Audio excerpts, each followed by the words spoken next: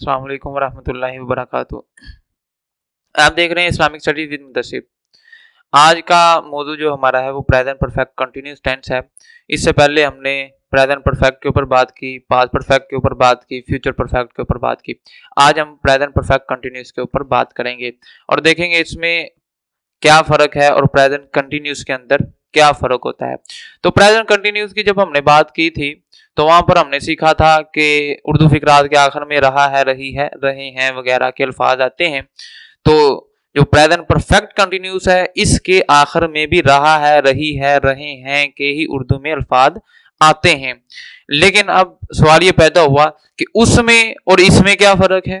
भाई उधर भी रहा है, रही है, रहे हैं, इधर भी रहा है, रही है, रहे हैं अल्फाज आ रहे हैं उर्दू फिक्रात के आखिर में। तो डिफरेंस क्या है? तो डिफरेंस एक ये है और वो मेन डिफरेंस है वो ये है कि प्रेजेंट कंटिन्यूस टेंस के अंदर वक्त का इस्तेमाल नहीं था, इसके अंदर वक्त का इस्तेमाल होगा। प्रेजेंट कंटिन्यूस टेंस की हमने जब बात की तो उसकी मिसाल जैसे मैं पढ़ा रहा हूं, आई एम टीचिंग, मैं पढ़ा रहा हूं। लेकिन जब हम प्रेजेंट परफेक्ट कंटिन्यूस की बात करेंगे तो ये ही जुमला इस अंदाज में हो जाएगा, मैं 2 घंटे से पढ़ा रहा हूं। तो ये I have teaching for 2 hours, इस तरह हम इसको करेंगे, इंग्लिश में कन्वर्ट करेंगे। तो मजीद सीखते हैं, चलते हैं वीडियो की जानिब। आपको अंदाजा हो गया होगा कि इसके अंदर प्रेजेंट कंटिन्यूस के अंदर क्या फर्क है और प्रेजेंट परफेक्ट कंटिन्यूस के अंदर क्या फर्क है। फर्क सिर्फ और सिर्फ जो है वो वक्त का फर्क है कि उसके अंदर वक्त का इस्तेमाल नहीं था, इसके अंदर वक्त का इस्तेमाल आ जाता है। चलिए देखते हैं, इसके पोजिटिव स्ट्रक्चर की बात करते हैं। तो पोजिटिव स्ट्रक्चर बनाने के लिए सबसे पहले हमारे पास सब्जेक्ट होता है और उसके बाद जो है हेल्पिंग वर्ब है। हेल्पिंग वर्ब के साथ वर्ब की फर्स्ट फॉर्म के साथ जो है आईएनजी का इजाफा करना है, साथ ऑब्जेक्ट है और साथ ही सिंस और फॉर का आप इस्तेमाल करते हैं। और हेल्पिंग वर्ब जो है हमारे हैज बीन और हैव बीन है। हैज का इस्तेमाल ही, शी, इट और सिंगुलर नेम के साथ आप हैज का इस्तेमाल करेंगे। I, we, they, you plural name के साथ आप हैव बीन का इस्तेमाल करते हैं। अब रही बात सिंस और फॉर की, तो सिंस का इस्तेमाल कहां पे करना है? सिंस का इस्तेमाल जो है पॉइंट ऑफ टाइम, यानी कि वक्त का आगाज, जब वक्त का आगाज आ जाए वहां पर आप सिंस का इस्तेमाल करेंगे। जैसे मैं 1980 से स्कूल चला रहा हूं, ठीक है। इसी तरह मैं सुबह से सफर कर रहा हूं, मैं दोपहर से ये काम कर रहा हूं, मैं शाम को ये कर रहा हूं और मैं या रात को ये कर रहा हूं। तो ये जो सुबह आ गई, दोपहर, शाम और रात हो गई, या 1980 से, 90 से, 2001 से, 10 से, 15 से, जब ये आ जाए तो ये होगा आपका पॉइंट ऑफ टाइम, यानी कि वक्त का आगाज हो गया कि इस वक्त से आप कर रहे हैं। तो जब भी ऐसा फिक्रा आ जाए जिसमें वक्त का आगाज बता दिया जाए तो आपने सिंपल जो है सिंस के साथ उसको ट्रांसलेट करना है। इसी तरह फॉर जो है, फॉर का इस्तेमाल क्या होगा? पीरियड ऑफ टाइम, यानी कि वो वक्त का दुरानिया होगा। 2 घंटे, 4 घंटे, 6 घंटे, 8, 10, इसी तरह कल से, परसों से, 1 साल से, 2 साल से, 5 साल से, 10 साल से, ये पीरियड ऑफ टाइम है। जब पीरियड ऑफ टाइम आएगा तो उसको ट्रांसलेट के लिए हम फॉर का इस्तेमाल करते हैं। मिसाल देखते हैं इसकी और समझते हैं। जैसे बच्चा सुबह से रो रहा है, तो इसको जब हम इंग्लिश में ट्रांसलेट करते हैं तो सबसे पहले हम फार्मूले को ज़हन में रखेंगे। तो देखते हैं बच्चा एक है, सिंगुलर है, तो उसकी इंग्लिश करते हुए सब्जेक्ट सबसे पहले द बेबी, क्योंकि यहां पे सब्जेक्ट है तो यहां पर द बेबी। अब सब्जेक्ट के साथ हमने जो फॉर्मूले के मुताबिक हेल्पिंग वर्ब है, हैज बीन या हैव बीन, तो ये सिंगुलर है इसलिए हमने सिंगुलर वाला जो है यहां पर फॉर्मूला लगा लिया, हैज बीन। आगे फर्स्ट फॉर्म के साथ आईएनजी है, तो यहां पर भी देखें फर्स्ट फॉर्म के साथ आईएनजी, यहां पे भी हमने फर्स्ट फॉर्म के साथ आईएनजी लगा दिया। क्राइंग, अब वो सुबह से रो रहा है तो ये आगाज बता दिया यहां पर वक्त का आगाज, तो फिर उसके मुताबिक आगाज के लिए क्या था? सिंस था, तो हमने यहां पे सिंस लगा दिया। कब से रो रहा है जी? सुबह से, तो हम यहां आगे सुबह की इंग्लिश। अगर वो कहता है दोपहर से रो रहा है हम दोपहर लगा देते, अगर वो कहता है रात से रो रहा है हम रात लगा देते। तो इसी तरह आपने जो भी होगा बता देना है यहां पर वक्त का आगाज के हिसाब से। इसी तरह दूसरी मिसाल इसी को देखते हैं, यानी वो अब दूसरी मिसाल ये है कि बच्चा जो है वो 2 घंटों से रो रहा है, पहले था सुबह से रो रहा है, तो उसके लिए हमने सिंस का इस्तेमाल कर दिया। अब बच्चा जो है वो 2 घंटों से रो रहा है, तो वो ही हमारा फॉर्मूला है, उसके मुताबिक the baby has been crying for 2 hours. अब ये 4 क्यों आया है? इसलिए कि ये जो है पीरियड ऑफ टाइम का यहां पर तज़किरा हुआ, तो उसके लिए हमने यहां पर 4 लगा दिया और 4 के साथ जो है आगे वक्त को शो कर दिया है।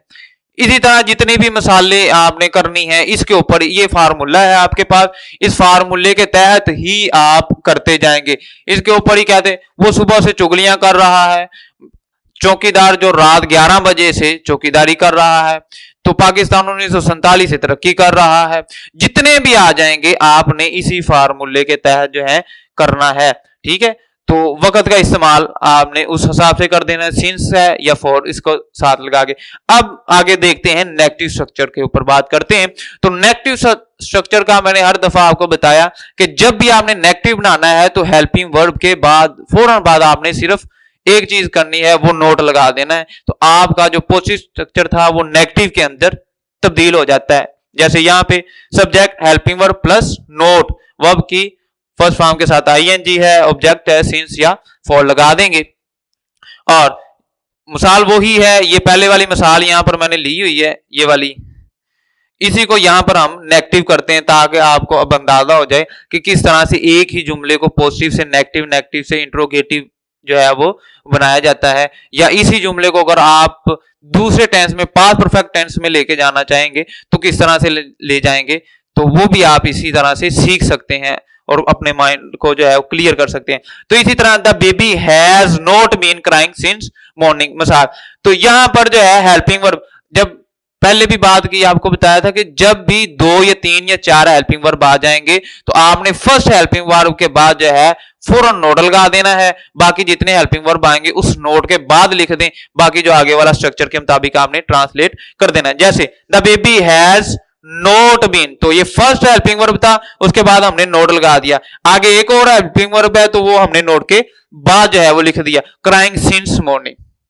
इस तरह जितने जुमले होंगे आपने उसको ट्रांसलेट कर देना है। अब हम बात करते हैं इंट्रोगेटिव स्ट्रक्चर की, इसको सवालिया अंदाज में कैसे लेके जाना है। तो सवालिया अंदाज भी सिंपल होता है।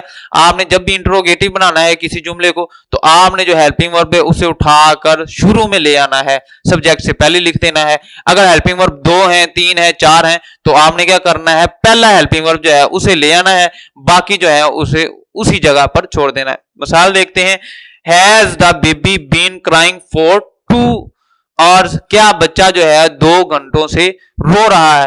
तो फार्मूले के मुताबिक हमने फर्स्ट वाला जो हेल्पिंग वर्ब है उसे शुरू में ले लिया है और सब्जेक्ट के बाद दूसरा जो हेल्पिंग वर्ब है यहां पर लिख दिया है। अगर 2 इससे ज्यादा भी होते तो तब भी हमने सब्जेक्ट के बाद यहां पर लिख देने थे, आगे हमारा फार्मूला वही रहेगा, आखिर में हम क्वेश्चन मार्क लगा देते हैं। तो ये था हमारा प्रेजेंट परफेक्ट कंटिन्यूअस टेंस। एक दफा दोबारा इसको देखते हैं। हमने बात की प्रेजेंट परफेक्ट कंटिन्यूअस के ऊपर और पॉजिटिव स्ट्रक्चर था, इसके अंदर बात की सब्जेक्ट है, हेल्पिंग वर्ब जो है हमारे इस्तेमाल होंगे हैज बीन और हैव बीन हो जाएंगे। वर्ब की फर्स्ट फॉर्म के साथ जो है आईएनजी का इजाफा आ जाएगा, ऑब्जेक्ट आ जाएगा, सिंस या फॉर आ जाएगा। सिंस जो है वो पीरियड सिंस का इस्तेमाल जो है पॉइंट ऑफ टाइम के लिए होगा और फॉर का इस्तेमाल जो है वो पीरियड ऑफ टाइम के लिए इस्तेमाल होता है, यानी कि कब काम शुरू हुआ था, आगाज जो है वो इसमें बता दिया जाता है सिंस के अंदर, और फॉर के अंदर आप जो है वो मुद्दत बता देते हैं, 2 साल, 4 साल, 8, 10, 5 साल, जितना भी हो वो आप इसके अंदर बात करते थे। 1 दिन, 2 दिन, कई दिन जो है वो फॉर के अंदर ही आ जाएंगे। इसी तरह नेगेटिव बनाना है आपने तो इसको सिंपल जो है helping verb has been, have been के बाद जो है वो आपने नोट लगा देना है। 2 हेल्पिंग वर्ब आ गए तो पहले के बाद आपने नोट लगा देना है। इस तरह इंट्रोगेटिव बनाना है तो आपने हैज या हैव को शुरू में ले आना है, उसके बाद स्ट्रक्चर जो है वो वही रहेगा। 2 हेल्पिंग वर्ब हैं तो एक को पहले वाले को शुरू में ले आए, दूसरे वाले को सब्जेक्ट के बाद लिखा रहने दें। इस तरह आप इसको इंट्रोगेटिव कर लेंगे। उम्मीद है कि आपको वीडियो समझ आ गई होगी, अच्छी लगी हो तो लाइक, शेयर और कमेंट जरूर कीजिएगा। मिलते हैं एक नई वीडियो के साथ, तब तक के लिए अल्लाह हाफिज।